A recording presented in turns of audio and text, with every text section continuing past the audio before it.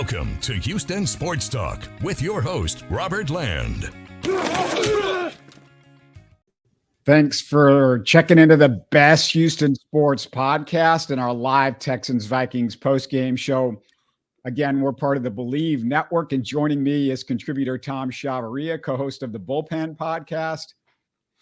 Tom, the excitement, you can hear it in my voice. It's not exactly there. They were not prepared, mentally or physically, out-schemed, out-coached, and outclassed. I mean, did you think they were going 17-0? Let me just start there. I get that there's stuff that they need to do, but was this more about the Texans or more about the Vikings for you? I think it was equally about both of them. Of course, somebody else texted me about, oh, did you think they were going? I didn't think they were going to go 17-0. I didn't think that they would look like a total embarrassment going up to Minnesota in the third game of the season. As good as the Vikings seem to have played, this was just a team that looked like they had a much worse coach out there on the field than the Vikings did. And they just did not look prepared. And I was not prepared for a DeMeco Ryans coach team to look this badly. And there's other issues that I want to get to that are bigger issues. But I mean, yeah, it's concerning. It's very concerning, Tom. It's not like I'm expecting them to win every game, obviously, but yeah. I don't know. There are things that we'll get to, obviously, but for me, the way I'm taking this game is this is more about a very good Minnesota Vikings team that I think the league has kind of slept on a little bit. You know, most people thought that the Niners played down when they went and beat the Niners. And I actually feel like this defense is flying around all over the place. They make it incredibly difficult for you to do what you want to do. And then they just have a really good sound offense where they're not asked to do crazy things. I mean, when I got to see the Minnesota Vikings up close and personal, I have a new respect for them. Do I think the Texans played poorly? Yes. Do I think that there is a point where I have to give credit to the Minnesota Vikings? Yes. If you're going to win a Super Bowl, I don't think the Vikings should be a team that just looks like they don't even belong on the same field. I mean, I just can't believe it. I know Brandon says refs scored 21 points. I don't know what you're talking about. I mean, it was a dominating performance on both sides of the ball by the Vikings. I agree with C. They absolutely got pants. The Texans did. Looked like they were a completely different class of team, like I was talking about. So no question about it. For everybody watching live, by the way, send us your questions and comments. We want to hear from you. We're going to be commenting with you guys or on your guys' comments as we go along. And, you know, let me get to some reactions because we're going to talk about all of your reactions as we move along. And if you're new to Houston Sports Talk, we go live after every Texans game, so make us a part of your Texans routine. And to the action, possession by possession, we usually go. It's going to get real interesting early. Terrible start. Cade Stover, the holding call, then the pick by Grugier Hill, who haunted his old team like Freddie Krueger, nearly had another turnover. And Tom, we've gotten so spoiled by Stroud. Interceptions are a shock to my system. I just don't expect it. I don't know that you can necessarily put all of the blame on CJ on that one. Great play again to get a paw up. You see him make those throws a lot and, you know, fits him into tight windows and right place, right time for the interception. You know, more often than not, that ball ends up on the turf and you live to fight another day. It was a great start for Minnesota. They were able to really use that momentum to fuel their crowd, and they had a great environment for their team. Vikings cash in with the Justin Jefferson touchdown. And Tom, how the hell, I'm trying not to raise my blood pressure on this one. How the hell does Eric Murray end up isolated on one of the best wide receivers in the game, Justin Jefferson? I really don't love the sentiment that the Texans don't feel they need to shadow certain players. I feel like that is a mistake that they make, philosophically going, well, our defense is good. We're just going to play it straight up. And if Justin is on the left, then it's going to be whoever it's going to be. And if he's on the right, I think the proper idea would have been to 100% shadow him with Derek Stingley Jr. You saw a very competitive game from a standpoint of one-on-one when those two guys were matched up against each other. As much as we've touted Kamari Lassiter and he's looked really good, I think there was some plays today where he was out of position, got taken advantage of. I think the safeties are definitely still a concern, and you really just can't afford to let a guy of that caliber, Justin Jefferson, just run around in your secondary and not have your top cover corner on him. D'Amico said it at halftime in the post-game or post halftime, sort of walk and talk at the end there. He said, we didn't control their best play. That's on you, D'Amico. The catches were made because he's just running empty or, deep down the field, or he's being covered by not even one of your best safeties. And, the Texans catch a huge break on what looked like a Dalton Schultz fumble getting overturned. They didn't catch many breaks. I'd be frustrated as a Viking fan since it looked like 2 feet down in possession. I'm not a fan of that particular call, even though it went the Texans' way this time. Then the big 4th down conversion. Stroud goes right back to Schultz, but the drive killed when somehow Cade Stover ends up on Jonathan Grenard. Again, Tom, the Texans not letting terrible matchups happen. You can't let that happen. First Justin Jefferson, now Grenard. Yeah, again, that's just one of those things where you really have to tip your cap to a really well-schemed Minnesota Vikings defense. They constantly move Jonathan Grenard all over the field, which I'm sure you'll get to later on in the game. But they used him the way they used him. It wasn't just, all right, we're going to line you up on an edge and force you to go one-on-one. I think that they were flying up the field a lot. Bobby Slowick really struggled with how to scheme like the chess game to play back and to find ways to attack that system. And they created mismatches. I totally disagree about the play with Dalton Schultz, though. You have to make a football move. That's not a new thing. Dalton did not get a chance to possess make a football move on that particular play. You misheard me. I didn't say I disagreed with the referee's call. I said I disagreed with the rule. I just don't like that rule about you have to make a football move. Like everywhere else on the field, if you're like trying to catch a ball on the sideline, you just have to get 2 feet back down and possession of the ball. But for some reason in the middle of the field, it's a different rule. It's why I'm all with anybody that's never watched the NFL, like somebody from another country going, I don't get this. Like it should be much easier to explain it to people like what the rules actually are. And I just don't agree with that. Also, with that block by Cade Stover, it's a big reminder. I didn't think it was going to matter this much this soon, but the Brevin Jordan injury, Tom, it mattered way more than I thought it would. Stover then came up with the holding call on that one particular play. I mean, it's like, Dalton Schultz looked terrible, by the way, blocking too. Well, Dalton Schultz is not a blocking tight end. Anybody that expects him to be that clearly has not been following him in his entire career. He is definitely there for his route running and his receiving capabilities and not his ability to run block or pass block in any form or fashion. Cade Stover, this is his first opportunity to start in that position. He was playing fullback before. I think it's a totally different ask for him. And I'll chalk this game up for me to a learning experience for Cade Stover. Maybe they need to get Irv Smith up a little sooner than we thought. They recently signed him to the practice squad because of the Brevin Jordan injury. And I think the hope was that Cade Stover could fulfill this role, but that's something they're going to have to look at midweek.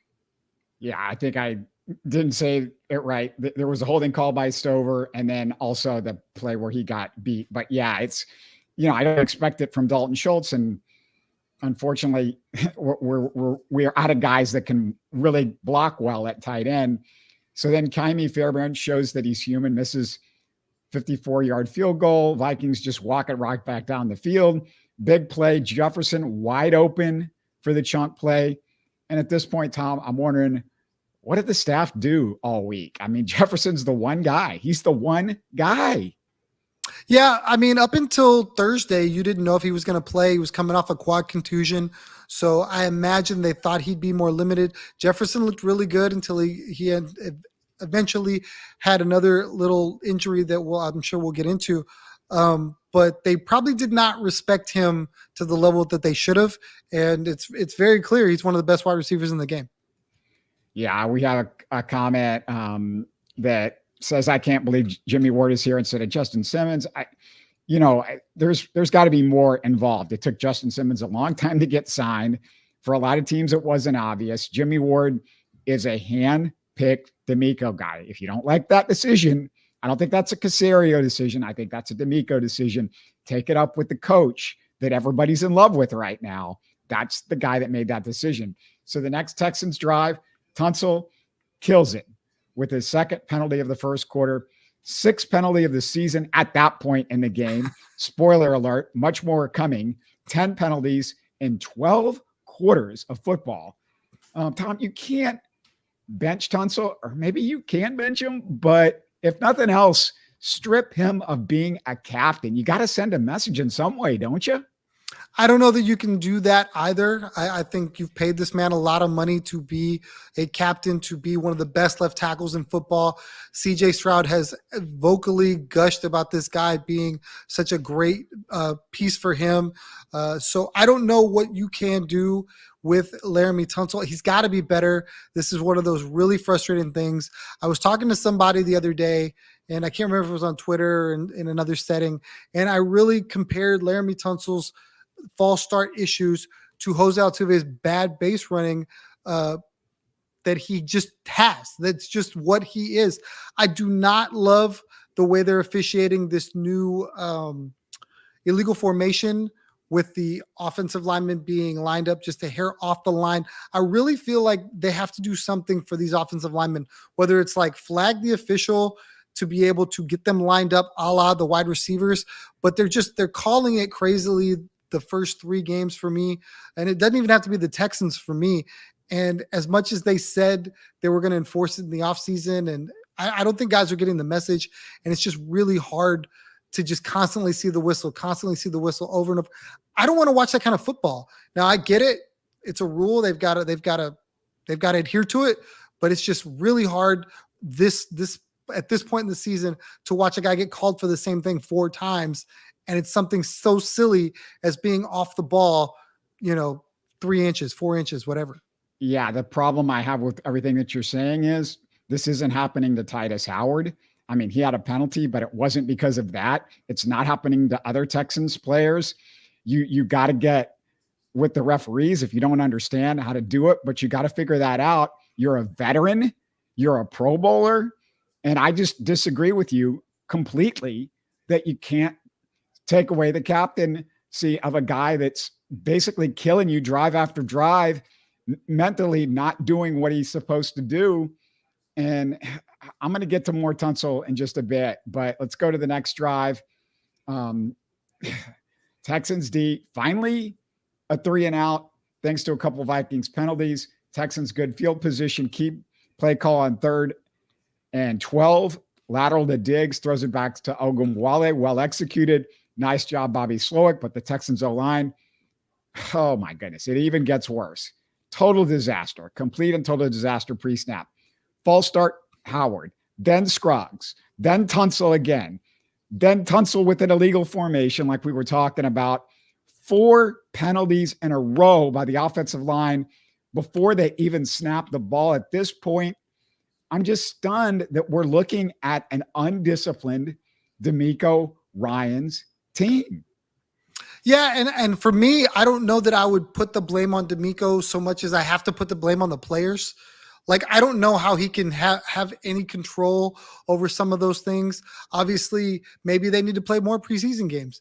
Maybe instead of being a little bit more of a, okay, these are veterans, I got to treat them like veterans. No, we're going to play all these guys because these are penalties that they just kill drives and they shouldn't. It's really about, for me, it's about accountability to the players.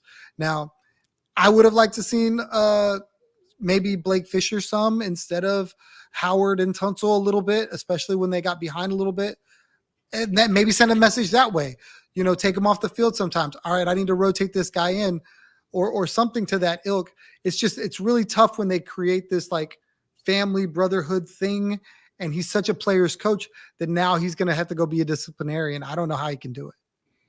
Yeah. But if you're any other coach and this happens, this is called undisciplined. Fans would be all over you because you're undisciplined. It's not the player's fault.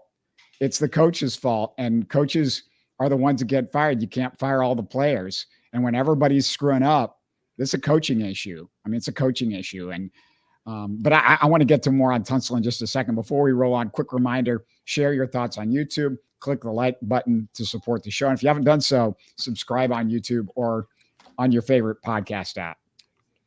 All right, back to action. And after the Texans D forces a punt, Texans one last chance before the half. But Mr. Drive Killer himself, Laremy Tunsil, I'm just going to start calling him the Drive Killer, yet another penalty on a 3rd and long throw to Tank Dell that was completed. And at this point, what you just said, Tom, I wanted to see Tunsil yanked from the game, even if it's for a drive or 2 drives. You go, oh, well, Tunsil's your best offensive line. Is he? If he's killing every single drive, he's not the best. And you know what else I wanted to see, Tom? I wanted to see D'Amico or somebody on the sideline chewing Laremy Tunsil out. I don't care if the guy's a veteran. If you're that awful, then somebody needs to, mental mistake after mental mistake, you need to be chewed out. You're never going to see that, though. I feel like that's something you do behind closed doors. You don't undress a player in front of the media or anything like that. That's not, I think, the right way to do it. Maybe you want that because you feel like you've earned it because, these are guys that are getting paid millions and millions of dollars. I absolutely believe D'Amico Ryans is going to sit these guys down privately and go, look, this is stuff that can't happen. We have to be better, this sort of thing. But in the moment, in the game time, I really feel like D'Amico had to handle it the way he did, because then it's like, then you start losing the respect of the players because you basically disrespect them in front of everyone. Again, for me, my accountability is more with the players.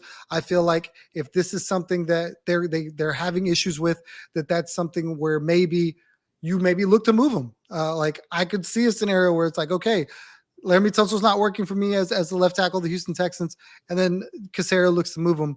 But I don't think that the verbal tirades and stuff like that, I don't think that's D'Amico's character. I don't think you're never going to see him do it publicly, and we'll just see what happens going forward. Yeah, even if it's not D'Amico, offensive line coach, somebody, I mean, I don't care how many years he's been in the league. I just don't care. I mean, I just feel like at some point, somebody's got to blow up. And we saw Diggs out there trying to lead the guys, during between possessions. But yeah, somebody's got to chew them out. Texans and Vikes stopped on the last couple drives of the half, 3rd quarter. Jalen Petrie, oh my goodness, what a dumb pass interference on the trick play, leads to a touchdown pass. Tom Petrie didn't need to do anything there. He put both hands on the tight end for no reason. He was running right with them.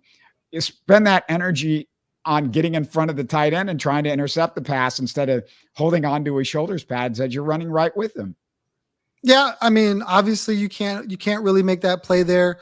I didn't think it was as egregious as I mean, again, do we see that play happen all the time and no flag gets called? Yes. Now, can you call it? Absolutely. I hated that it was, it basically gave them the drive. I don't know what people want all the time. Like perfect players don't exist. Did Petrie play a great game? No. Do I think he's probably a better guy in the box? We've talked about it at length about him being up as opposed to being in coverage. Yes. Should I felt like he'd been on the field as a safety in 3rd and whatever being a cover guy? Probably not. So I wish he wasn't on the field on that particular play. Yeah, I'm going to get to more Petrie stuff in a little bit. But next Texans drive, Grenard schools Shaq Mason on a sack, pretty much killed another drive. Tom, I talked to Steven in our midweek show how Shaq Mason's not really good anymore. He's gotten worse each of the last 4 years. If you look at the Pro Football Focus stats, it's around like in the 50s, which is really, I would say that's below mediocre. I would say that's poor. And I see him getting released in the offseason. And if there's a better option on the Texans today, like a healthy Jared Patterson, who of course was hurt and didn't make the flight, or even Kendrick Green, they should be considered for Shaq Mason the way he's played so far. Yeah, I don't disagree. I think right now they need to find the best 5 offensive linemen, whoever they are, and just line them up, because right now through 3 games, if there's a glaring focus for me, it's that offensive line. When they're good, you see the production, you see the run game, you see the passing lanes, all those things. When they're bad, you see a team that struggles to score points, even though they have all of these weapons and a super talented quarterback. And for me, I can't wait till they get to a point, wherever that is, where they find 5 guys that can protect long enough for CJ to throw the ball, and they get open lanes for whichever running back that you have back there to run the route.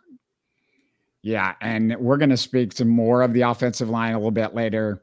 Almost done with the game, so we're going to get past it pretty quickly. But Dub D says pretenders ? It's going to get covered here. Are they pretenders? Are the Texans pretenders? All right. Texans finally put together a scoring drive, 7 plays, 72 yards. TD pass to Cam Akers, but typical Texans today, they screw up their momentum immediately. Fairbairn's kickoff out of bounds, ball at the 40. Bad day for Kaimi Fairbairn after the 2 incredible games and basically winning you the first 2. Daniil Hunter roughing the passer, 15 more yards. Vikings score a touchdown, but Justin Jefferson drops a pass when he's left open by Petry's poor coverage. So that play gets negated. They get the field goal. But Tom, Petry, I kind of want to say great linebacker. He's a great linebacker. He's a terrible defensive back. Bottom line, terrible defensive back. But, they just, again, if it wasn't for that drop pass, they would have scored another touchdown on Petry. I don't know if there is a great safety on the roster. And I think that's what hurts Jalen Petry. I don't know what you're comparing him to. I mean, obviously you would hope that he would be better, but I think he's playing equal to or better than Jimmy Ward. I think he's playing equal to or better than Eric Murray. Kalen Bullock, while I like him, I don't know that we get enough Kalen Bullock. And I think that's scheme-wise. So Kalen Bullock might be better, but we just don't get enough of him. So as much as Jalen Petry is probably the victim in some of these scenarios, I feel like when I see him make plays, no one talks about those. I mean, I feel like we're very critical of Jalen Petry, and I get it. Hey, no. We were very, very high on him last week. He was doing a lot of good stuff. Did you miss the show last week, Tom? Me and this other guy were here, and we were talking about how good Jalen Petry was last week. Him and Toa, I thought really had a great week last week. And Petry wasn't terrible in week 1 either. I don't think he was fantastic, but I've got my eye on him because of the history with him. I mean, isn't that fair that we should have our eye on Jalen Petry? But that's the thing that I'm getting at.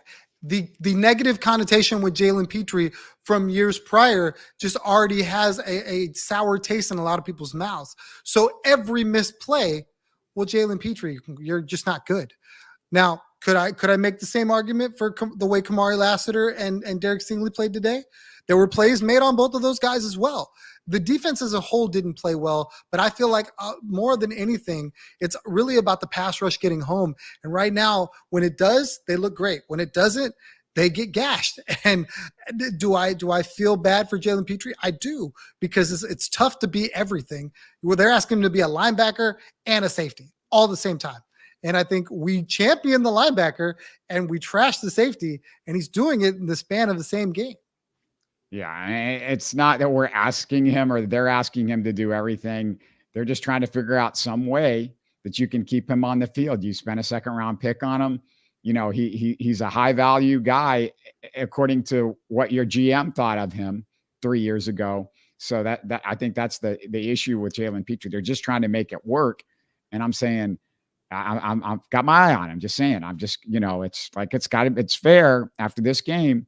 Like he ends up, whether you like it or not, he ends up in coverage. I know they're not trying to get him in coverage all the time, but that's what's happening. So the Texans, last chance to try to rally. Stroud throws another pick. The game's pretty much over with 14 minutes left. Grenard his third sack on the next drive. The Vikings win the Grenard for Danielle Hunter trade today, and I'm going to get to that in a little bit. But Tom, I didn't like Stroud being out there once the Vikes went up 24. This isn't 2020 hindsight after he limped off the field.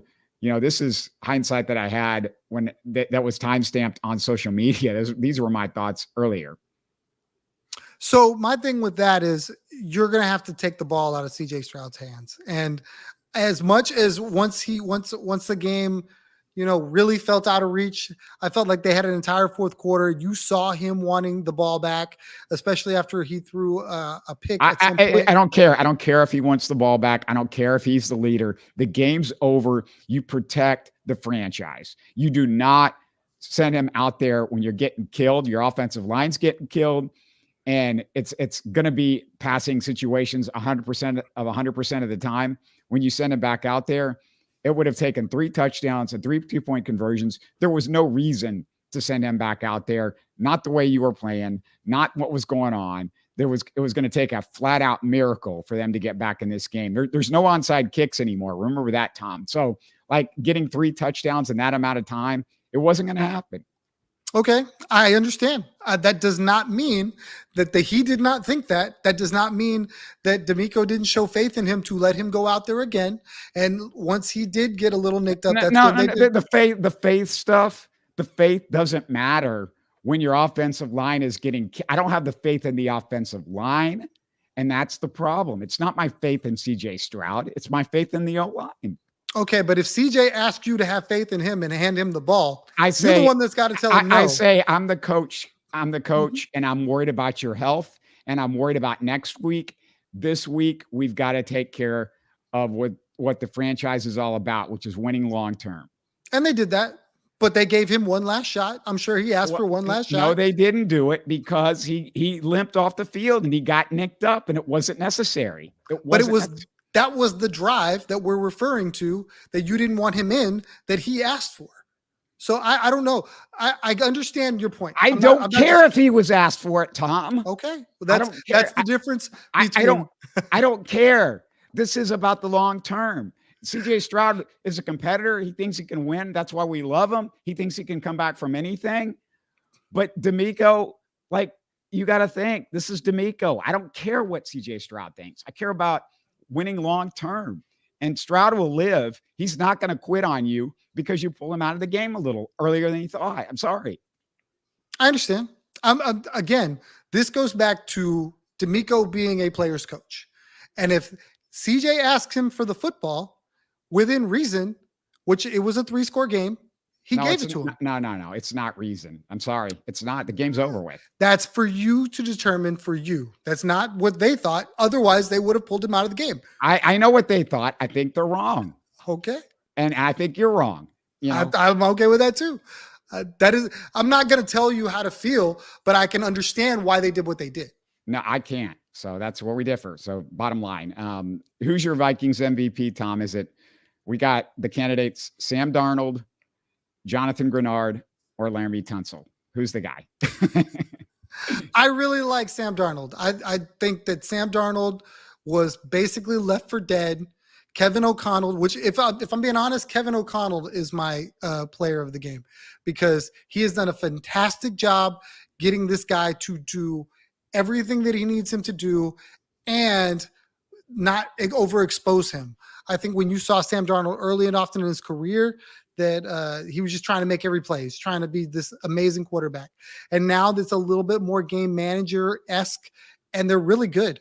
I think Aaron Jones played a phenomenal game too, and it allowed that defense to pin its ears back and just go hunt. I looked at the numbers just now to double check and wipe my eyes, make sure things weren't deceiving or whatever. John Grenard, 3 sacks, 3 tackles for loss. Danielle Hunter, 1 tackle for loss, 0 sacks, 1 personal foul penalty. What frustrates me more than anything, Tom, is I've watched a lot of Houston sports over the years. It seems like anybody that comes from a Houston team, Astros, Rockets, and Texans, they go to another team and somehow, some way, they come back and haunt us.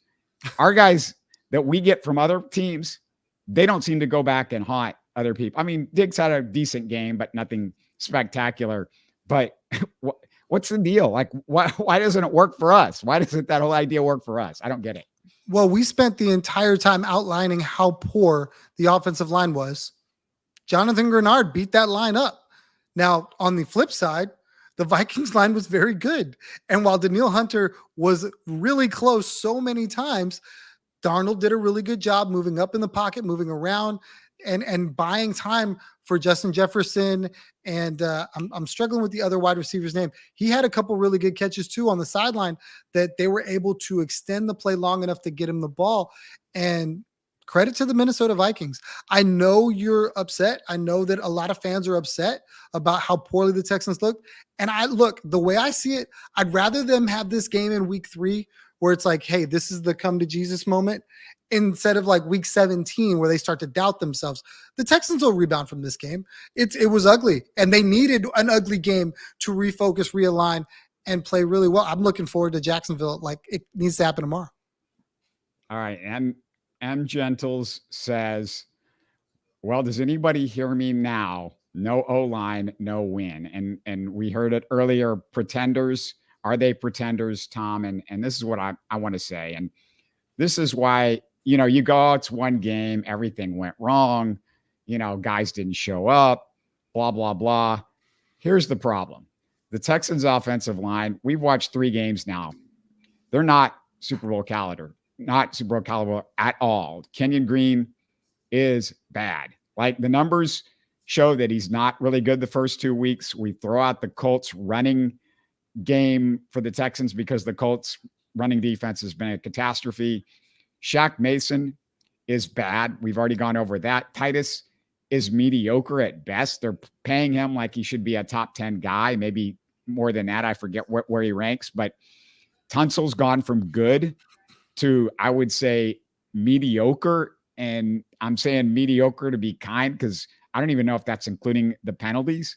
Like, Tunsil, I don't think his PFF stats are anything spectacular like they have been the last couple of years. And I'm just watching him, and he just doesn't look as good. And maybe it's because he's trying to make up for physical issues. But bottom line, Tom, it's real simple to me. It's the Texans' biggest weakness. And this is a huge issue. You do not win Super Bowls with poor offensive lines. This is a poor offensive line. It's poor. We'll see. I mean, I think it's easy to say that week 3. It's so easy to say that week 3. We've seen other teams have very, very sluggish starts to the season in one area, form, or facet, or whatever, and figure it out. Kansas City makes a living off of that. We've seen them play very poorly to start a season and then turn around and figure it out. Do I think this team is ready to win a Super Bowl right now? No. Is there still 2.5 months between now and then? Absolutely. And if at some point the cream rises to the top, which you hope that it will, then it's a different conversation. I think you're absolutely right. In this moment, they are not a Super Bowl caliber team. Thank goodness they have 14 other games to figure that crap out. Well, I would say, okay, can they get better? Well, Laramie Tunsil is getting worse and worse as the season goes along. Shaq Mason's getting worse and worse as the years are going along. Titus Howard has no record of doing anything better than he's doing right now. Juice Scruggs is, for all intents and purposes, a rookie center. Kenyon Green, we've seen it now 2 years, this rookie year, and again this year, he's poor at pass protection. He's got poor form. There's just issues all over the place with Kenyon Green and pass protection. Like, why do you believe that this can change? Why do you think this is going to get better with these guys? I mean, we're seeing them all getting worse and worse as the years and the days go by. It's getting worse. We're in a downward swing at this point. I have to believe that, because if not, you might as well get ready for the Rocket season. You might as well stop watching Texans football, because if they don't get any better, you're right. You might as well pack it up and start watching something else. For me, I'd like to think that that's something, whether it's Blake Fisher, whether, like you said, Kendrick Green, maybe they bring somebody else up from the practice squad. There's got to be something that they can do, because they invested entirely too much into all these weapons and all of these different assets on defense to not try to figure that out. All right. Now there's Gentle says there's a comment. His comment is, don't forget the O-line coach. Well, I mean, that guy was a genius last year. He moved 12 different guys, I think. I want to say my final number was somewhere around 11 or 12 different players that they played on the offensive line. They were playing third string guys. They were playing practice squad guys. Like they went through a litany, 5, 6 on the left guard position. It was a complete fire drill all last year. So I have a hard time with the whole O-line coach. And it seems like, Laramie Tunsil has gone through different offensive line coaches, and it doesn't stop him from the illegal procedures and the foul penalties and all the stuff that he's like. I'm sorry, in this way, I don't really fault the offensive line coach. I don't fault him either. I don't know that it's a line coach thing. I really think it's accountability on the player itself. And that's where I'm like, if they're not getting it done, then you turn around and you find somebody that can. Laramie Tunsil's going to have to figure out this rule, because I know you were talking about it being a coaching thing, but it's not. It's league wide. I've seen it on other teams. I've seen it in other games where other players are struggling trying to get lined up before a play. It's just something that they're going to have to adjust.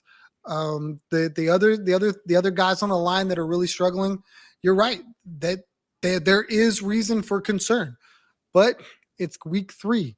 If I quit on them now, well, then I might as well just start watching basketball. Tunsil had some physical issues in the offseason. He didn't play at all in the preseason. So, yeah, there could be issues bigger than just this is mental. This could be like him trying to make up for the fact that he just doesn't have it anymore. And that's what I'm telling you. Like, this is a huge red flag. This is a big, huge concern, because Tunsil, like you said, is the most talented guy on the offensive line. But if he can't get it done, you're in big trouble. And Bobby says he agrees with me. Texans outclassed on offense, defense, coaching. Tom, he says, when is the last time KC had a bad game like this? They have lost games, but are not embarrassed. So he asked you that. That's fair. I mean, the Texans have never won in Minnesota. I'm starting to wonder if the Texans have an issue going north.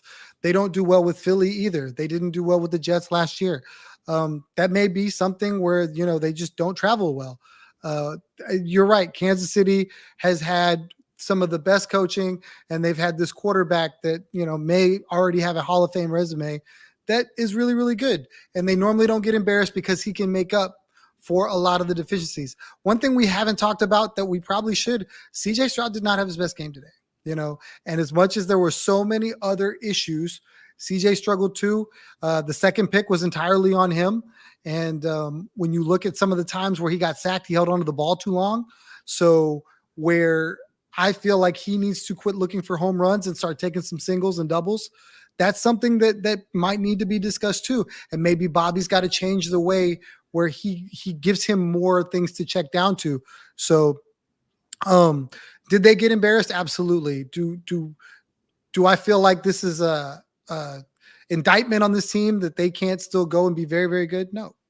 The only coverage sack that I thought the Vikings got was once it was out of hand late in the game where he's just trying to make a comeback. I can't fault him for that. The second interception, I can't fault. The first one was tipped. You said give the Vikings credit for it. I'm going to give the Vikings credit for it because they tipped it.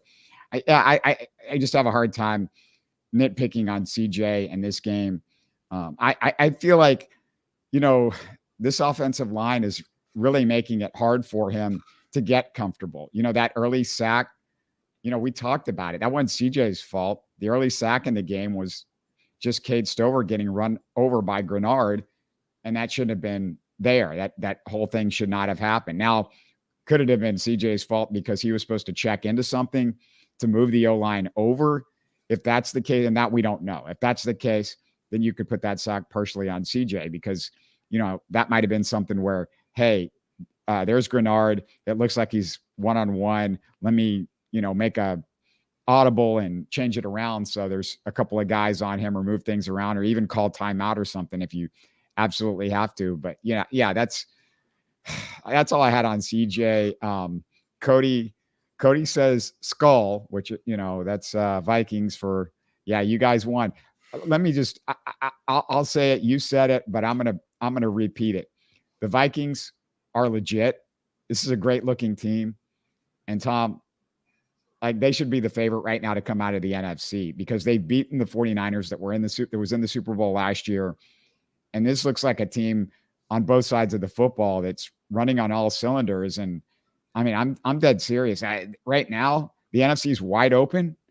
But the Vikings should be like I would put them the Vegas favorite at this very moment. If they keep healthy, with the way they're playing and the way they're coached, man, this is a really good team.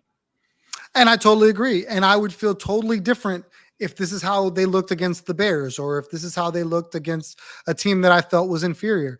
I came away from this game personally really with a new respect for the Minnesota Vikings. Did the Texans play poor? Yes. Did the Vikings play phenomenal? Absolutely. And for me, when you look at what they've got going on and the ability to get Justin Jefferson open, which I think the Texans struggled with today, which probably, maybe that's a Bobby Slowick thing. Until towards the end of the game, you didn't hear Nico Collins' name.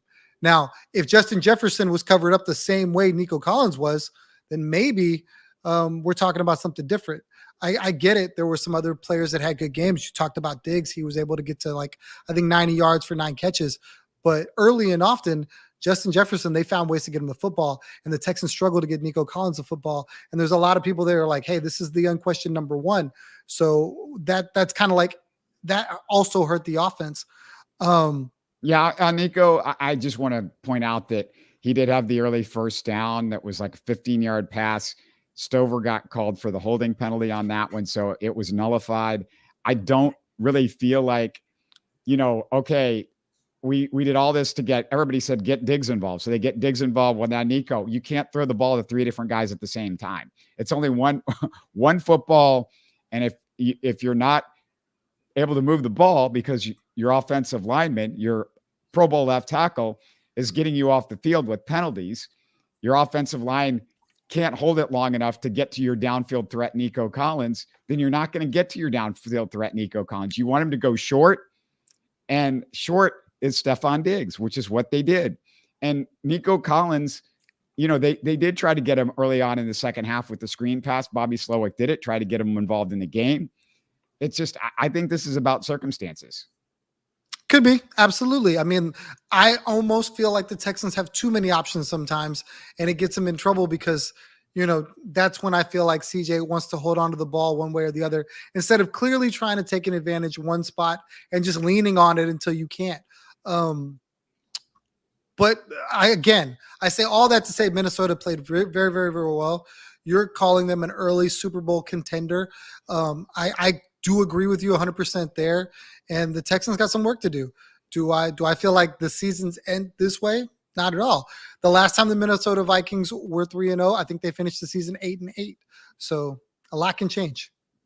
Yeah, I mean, it's injuries, stuff happens. But I mean, right now, they look super well coached, and this is as a completed team as I've seen the Vikings have. I mean, Kirk Cousins, nobody was ever that confident. Kirk Cousins, and maybe Sam Darnold's finally figured it out. I don't know. That does not look like a guy that everybody gave up on. It looks like a really good quarterback. Texas H-Town, by the way, said his defense is horrible. O-line did a poor job. Yes, agree. And if you want to hear it all again, you just go back and watch us from the beginning if you're just getting here, because that's what we've been talking about. It was bad. One last thing before we close things out. Check out Tom on the Bullpen podcast. Tell him your Twitter handle again, Tom, for those listening on the audio side. At Third Coast Tom on Twitter, at TCTom1 on Instagram. And definitely come check us out. That's normally where we put all our information out on Instagram or Twitter. The Bullpen has a YouTube page. Go check that out. And it's not nearly to the level of this one here. Robert's been doing this forever. He's a legend in H-Town, and we're just trying to catch him. Oh, legend. That's too much. I can't handle the pressure. Tomorrow, I'm having a Rockets analyst for a season preview. Steven and I are back Tuesday for Astros Texans chatter. Also working on a Jags insider later this week to preview Sunday's game. We're going to try to get you an insider each and every week.